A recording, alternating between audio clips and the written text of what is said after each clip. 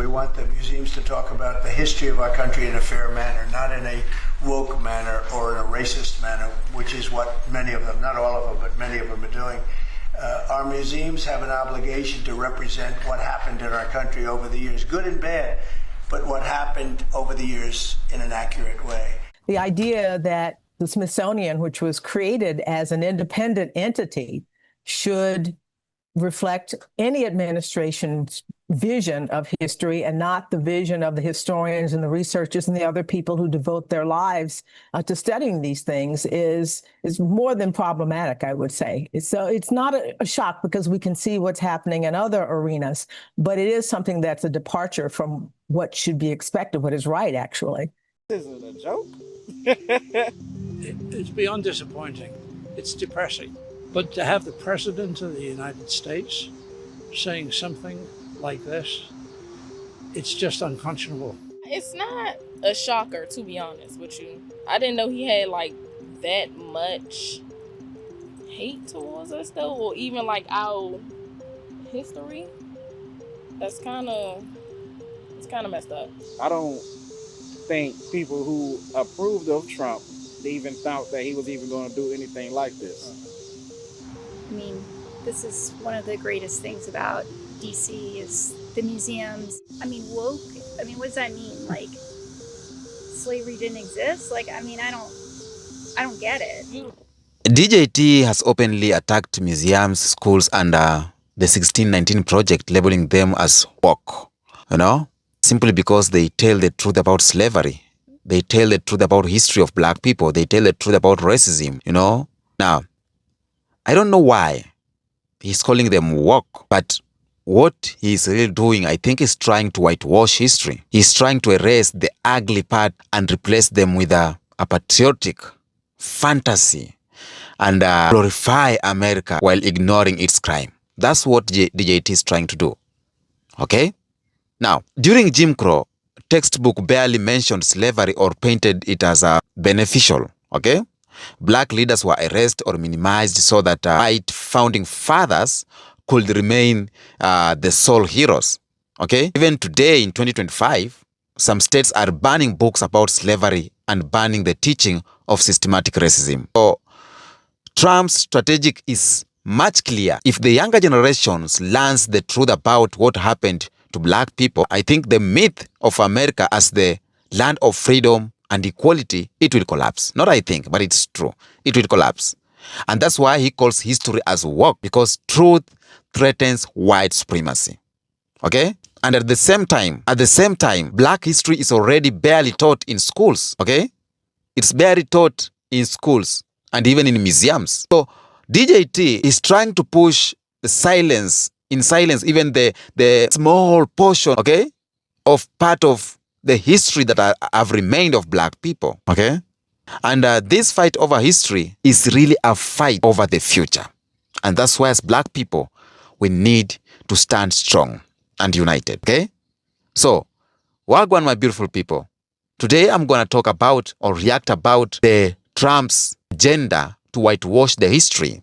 And I'm going to play videos of Americans reacting on this. And then I'll personally come here with my commentary. But first of all, I want you to watch these clips and then we come back stronger. President Trump is now ordering a review of the Smithsonian museums, accusing the institutions of focusing too much on, quote, how bad slavery was. He made that comment in a social media post yesterday. The president says he will subject the museums to the exact same process his administration has conducted at universities, which have faced federal funding cuts over DEI and anti-Semitism concerns. We go from attacking affirmative action to attacking equality, to attacking diversity, e pluribus unum, and now we're talking about exhibits. By the way, it's not just him; it's his supporters on CNN. The permission structure is being sent around. No, we need to talk about it, and we need to talk about it. And Rev and I have talked about this a great deal, because the arc of the American story is extraordinary. What has happened in this country? You want to really tell a great story about 250 years?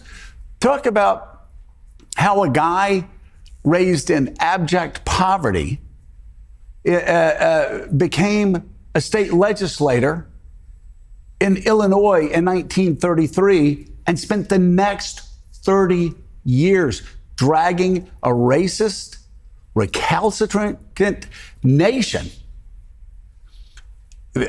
to emancipating Americans, Black Americans.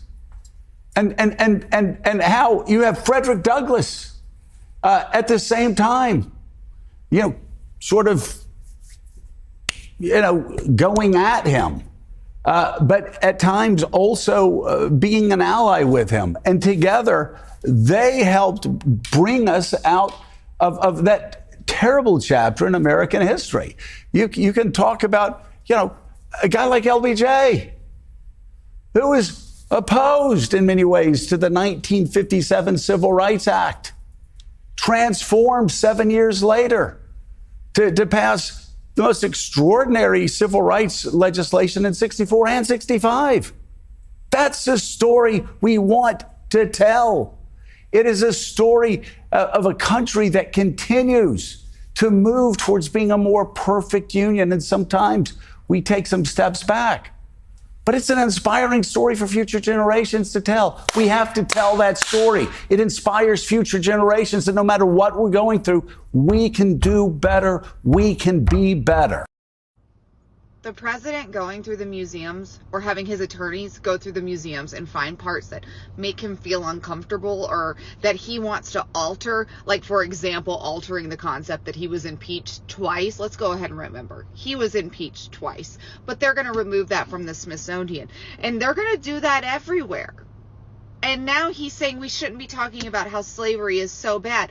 He and I, you and I, all of us know how bad it was. And it lasted for hundreds of years. We had breeding farms on American soil. We have camps right now that I hope someday are in these museums to remind us of our past, to remind us how we went wrong. And now our president, because it doesn't make him feel good inside, has decided he's going to take over the museums and just alter things because, we should be proud of our history. I'm not proud of slavery, but I want it talked about. I don't want monuments to people who led breeding farms on public ground. I do not want to name schools after racists who owned slaves. This is racism. There is no other word for it. African American history is American history. So Trump's mad at the Smithsonian. You know why? Because they have the audacity to talk about history, and most importantly, America's history of slavery.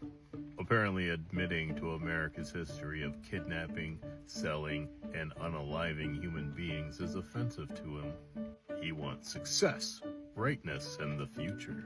Translation: erase oppression, ignore cruelty, pretend half the country never suffered. Anti-woke?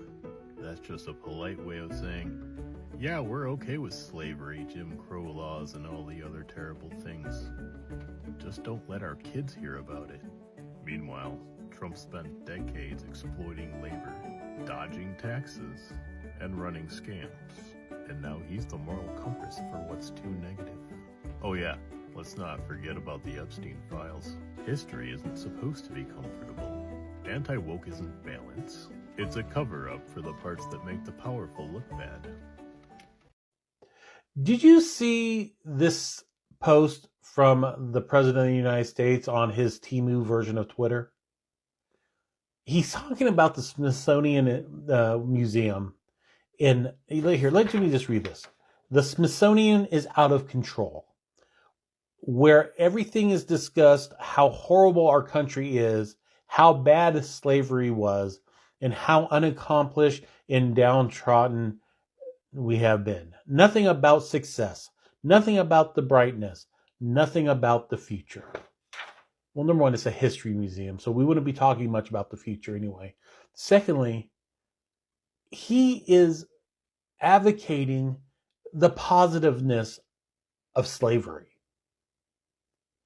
How good slavery was for building America. Listen, I don't care if the slave owners were the most benevolent, kindest people in the world who treated their slaves with respect and dignity. They still owned other human beings and forced them to work.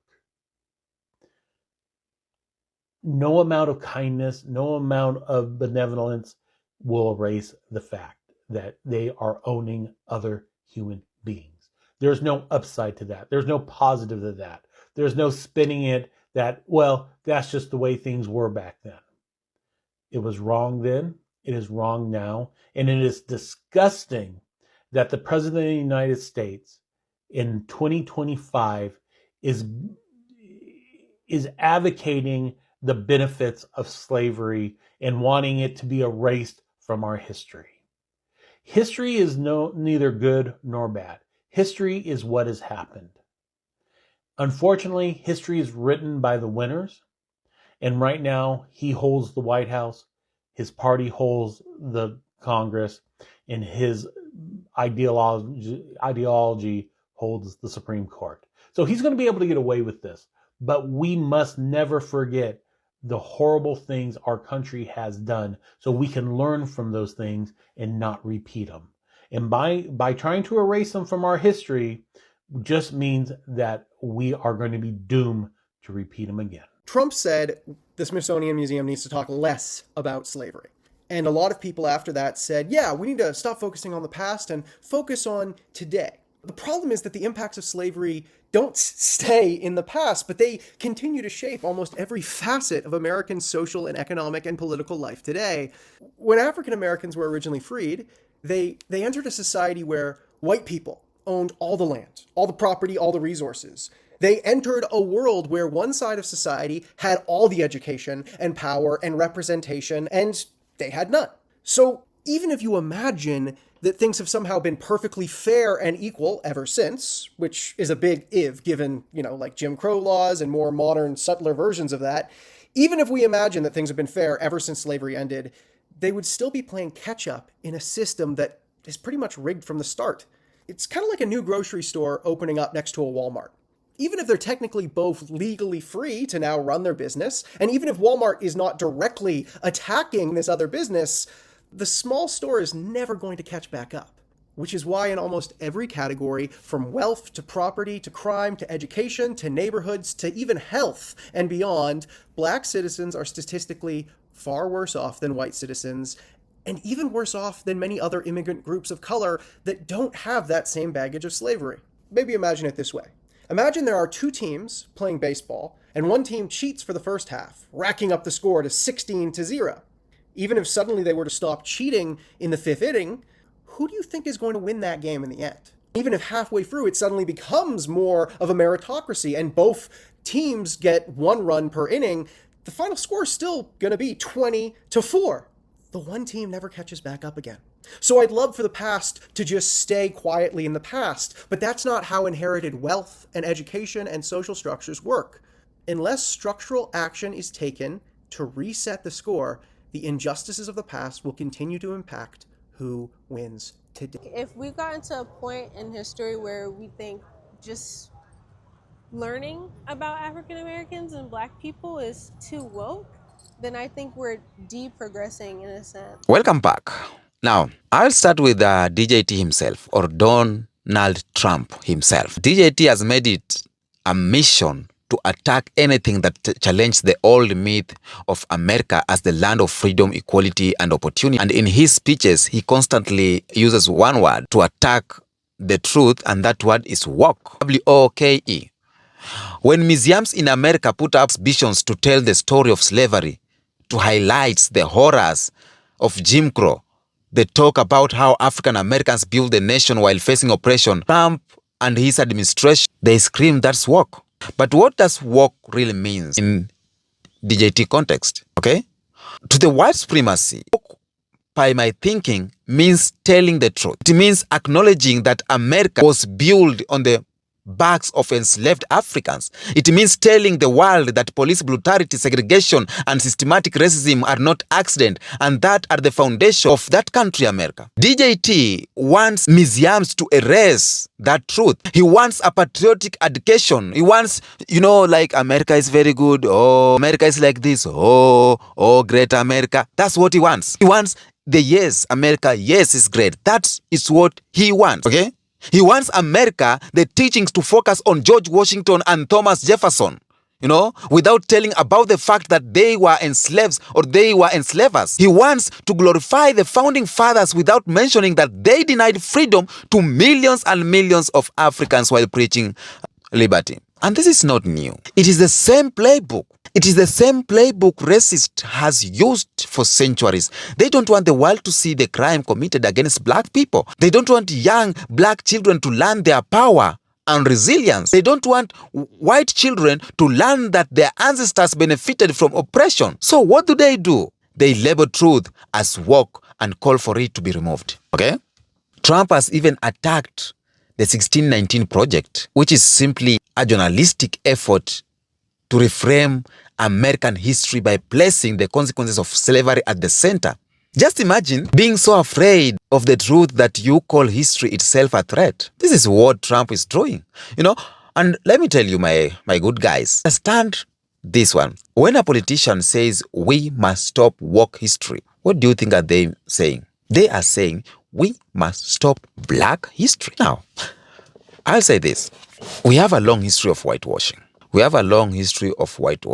If you think back to years or back to your school days, I know all of us have history or memories of our school days. How much did you learn about slavery? Even here in Africa, how much did we learn about colonization? You, a black American, how much did you learn about slavery? A Jamaican, how much did you learn about what happened on the sugarcane farms? Okay? Now, most of us, for example, me, we learned just a few paragraphs in textbook. Okay? And those paragraphs often said slavery was an unfortunate chapter, or that slaves were treated kindly by some masters. That's a lie. That some enslavers were good to the slaves, and slaves benefited. It is a lie. Slavery was the most brutal, dehumanizing system of violence in human history. I wasn't there, but when I access information, I see pictures. There's my friend who sent me something about slavery, and it was so brutal, but they don't want you to know the truth. Okay, what about Reconstruction? After the Civil War, when black people started building schools, running for offices, and buying land, do you know how white America responded? Do you know? Okay, they responded with lynchings, terrorism. They responded with Jim Crow laws. Now, but in the most textbooks, Reconstruction is skipped over or reduced to one sentence. Why? Because if you tell the truth about the period of Reconstruction, you reveal how much black progress was deliberately destroyed by white violence. And that's why they skip that part. Now, in museums, the whitewashing is clear. You will find exhibition about the Civil War that focus on brother against brother, while ignoring the war was about slavery. You will see exhibition about American prosperity that highlight the Industrial Revolution, but it will leave out the fact that black labor was there, enslaved, underpaid, and exploited. They will skip a part that black labor was the foundation of that property or that prosperity. So this whitewashing is not by accident, it's a design. It is by design. America understands that history is power. So if you erase the history of the crime part of history, if you erase the responsibility of the present, if you erase black suffering, you also erase black resilience, persistence, and brilliance. Okay? You reduce us to victims or erase us completely. Now, this is why when DJT says that he wants to make history fair, it doesn't mean fair. Understand? It doesn't mean he wants to make history fair. You get me? What is the meaning? He wants to sanitize the history, erasing the ugly part, and erase the truths, so that America can pretend it has always been the land of freedom. Now, what they are trying to do, when I was born, I found this history, okay? And I'm accessing the information. So by erasing the current history, the ugly truth, now, the children of my children, when they come and read the history, they will come and see America as a... So what they're trying to do, as they did with with religion in Africa, they colonized Africa, starting from religion, erasing our names so that it can be take years of us being brainwashed. That's what they're trying to do. They're trying to create a system that again will go like 1,000 or 400, 500 years to come. That's what DJT is trying to do. Okay? And all this is because they fear the truth. Just ask this question. Why is DJT and so many others like him are afraid of Black history? Why do they panic when the truth is displayed in museum or taught in classrooms? Okay? It is because truth is power. And when Black people know the truth about their past, they understand their strength in the present. When young Black children learn that they came from kings and queens, inventors, architects, scientists, warriors and builders, not just from chains and knives or from plantations, the confidence rises. When they learn that their ancestors fought against slavery, resisted Jim Crow, built communities and created culture that the whole world copies, that kind of knowledge, man, produce self-love and self-determination. Now, we know very well that's evident. Not all, but some of Black people, they have self-hate. They don't love their Blackness. They don't love being Black. They dream of, I could be white. Why did my mother born me in Kenya? She could have born me in America. Maybe life could be like this. That's what we have always been thinking. And every African have that kind of thing in his or her mind once in a while, whether when he was young or she was young or even right now, or when things go sour and he saw the Hollywood movies and he'd be like, okay, that is the life. We don't have self-love. But if we know the truth about who we are, then we will generate that self-love to us. Okay? And let me tell you, white supremacy cannot survive that truth. White supremacy depends on lies. It depends on Black people believing that we are powerless. It depends on Black people knowing that we have no history and that America has always been great. So if the truth is told, those lies collapse. It is not just about Black people telling or learning the truth. White children too, okay? When white children start asking dangerous questions, they panic. Because these Gen Z, the youth, the white youths, will ask questions like, why didn't we learn this before? Okay? Why did my ancestors do this? And they'll start to realize that the wealth and privilege they enjoy was built on stolen labor and stolen land and family. They will realize that their history is about unaliving people. And once people start asking those questions, once white children start asking these questions, the entire structure of America's myth of innocence begins to crumble. Okay? And that is the reason why DJT calls the history walk. Because if America admits the truth, then America must also admit responsibility, reparations, responsibility for justice, responsibility for ending the system that continue to oppress. And that's what they fear the most. Okay? And right now, museums and school is being seen as battlefields. Think about this. There are too many places where the majority of people learn about history. Okay? A museum is supposed to be a place of truth. A museum is supposed to be a place where artifacts, documents, and exhibition show what really happened. Schools are supposed to be institutions of learning, where children get the tools to understand their world, to understand their history. But in America, both museums and schools have always been used as tools of propaganda. In schools, textbooks are written just to glorify white leaders and minimize Black communities or Black contributions. Okay? And white even children in America grows up learning about this guy, Abraham Lincoln, as the great, but not about Harriet Tubman. They learn about Thomas Edison, but not about Lewis Latimer. Okay? In school, they learn about Christopher Columbus, the discovering, okay? But not about the genocide Columbus committed. Museums operate in the same way. They put up statues of white generals, white presidents, white businessmen. They effortlessly hide monuments. They hide the statues, the pictures of those men who got rich through slavery. They hide that story. So even when museums do talk about Black history, it's often presented as strategy without context. Slave without explaining the global system of profit or segregation, without explaining the economic theft that kept Black communities poor. They don't even explain that white systems got so filthy rich on this. So when DJT attacks the museums and calls their attempts to tell the truth as woke, what he's really doing is fighting to keep these spaces as tools of propaganda. He wants to control what children see when they go on the field trips. He wants to control what families learn, okay, when they walk through the exhibit. He wants to control the narrative so that America, the crimes they did are hidden, okay? He is trying to sanitize America.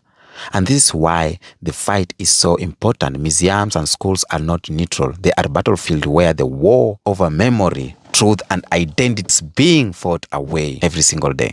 Now, when it comes to the impact of Black America, for example, what does this mean for Black America? The impact is what DJT is doing to Black American. Personally, I think it means generations of Black children growing up without knowing true identity. And that's why I said the children of my children will grow up not knowing their true history, because it will already be whitewashed. They will grow up knowing America is great. So it has a lot of impact to Black community. It will change how our children will come to know us. Imagine only seeing yourself as a slave, okay, or someone who was given freedom by white man. That creates a mindset of inferiority. It makes young Black children internalize the idea that they are secondary, okay, that their people have contributed nothing, that their only story is suffering. And this is the same thing they did with the religion, okay? When this King Leopold II came to Zaire or Congo, and he told the ministries, or the called what? This, is it ministries or missionaries? He told them, don't teach this message to the elder people because they already know the truth. Teach this to the children. And this is what they are trying to do. They are trying to whitewash the history so that our children, because us, we already know the truth.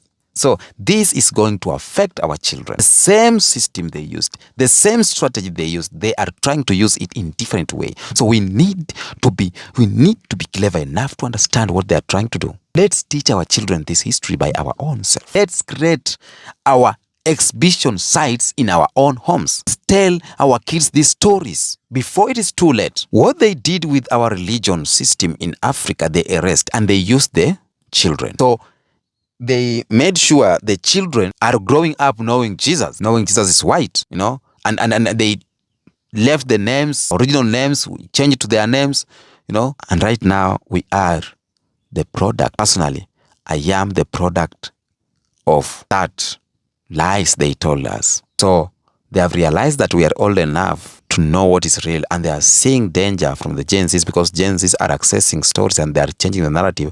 So they want to come up with another idea. So we need to be vigilant enough to understand what they are trying to do. Okay?